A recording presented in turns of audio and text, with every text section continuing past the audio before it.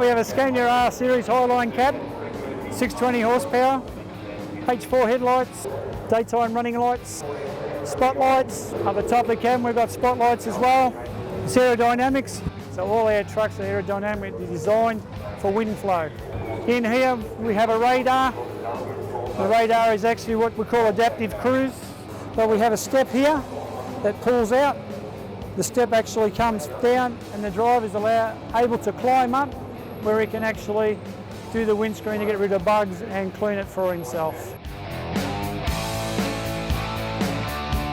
The V8 engine, top of the range engines that the other vehicle manufacturers have gone away from V8s, where we tend to stay with V8s. And we go from the smallest to the largest, our largest being a 730 horsepower truck, highest horsepower truck in Australia. It has 3,500 newton metres of torque. Basically it's the equivalent of torque in this particular vehicle of 10 Commodore cars. We have a 12-speed synchro mesh gearbox with 2 crawler gears. The driver basically puts it into gear via this lever here. It comes up in his dash, it tells him exactly what gear he's in. And from there on it'll show as he drives along what gear it goes to.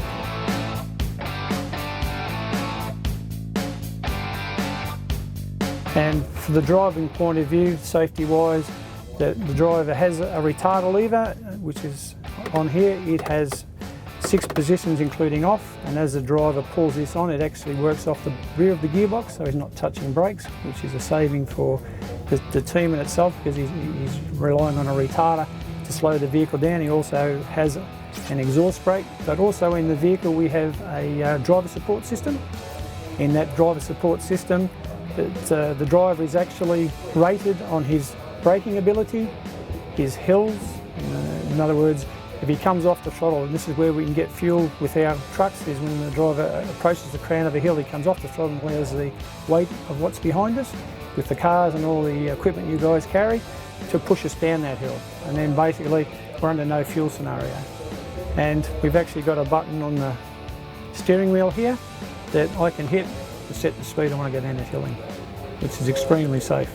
So I can use a retarder by itself, I can actually use the button, and I can hit the foot, tap the foot brake, and it brings in controlled braking downhill. So it teaches the driver, without a driver familiariser such as myself in the cabin, to drive our trucks efficiently, and that's basically what it is. And that's what they look like. Look for in, your V8 supercars, like Bathurst. They run on X amount of fuel to get them home. We rely on all this with the driver to get the best out of them, and there's no reason why we can't get over 2s for kilometres per litre for these sort of things. 1/8s, 9s is quite regular for our trucks, and these should be up around 2, a bit over 2. So that's what my job is, and what the actual truck can do for the driver if he wants to be professional enough to listen.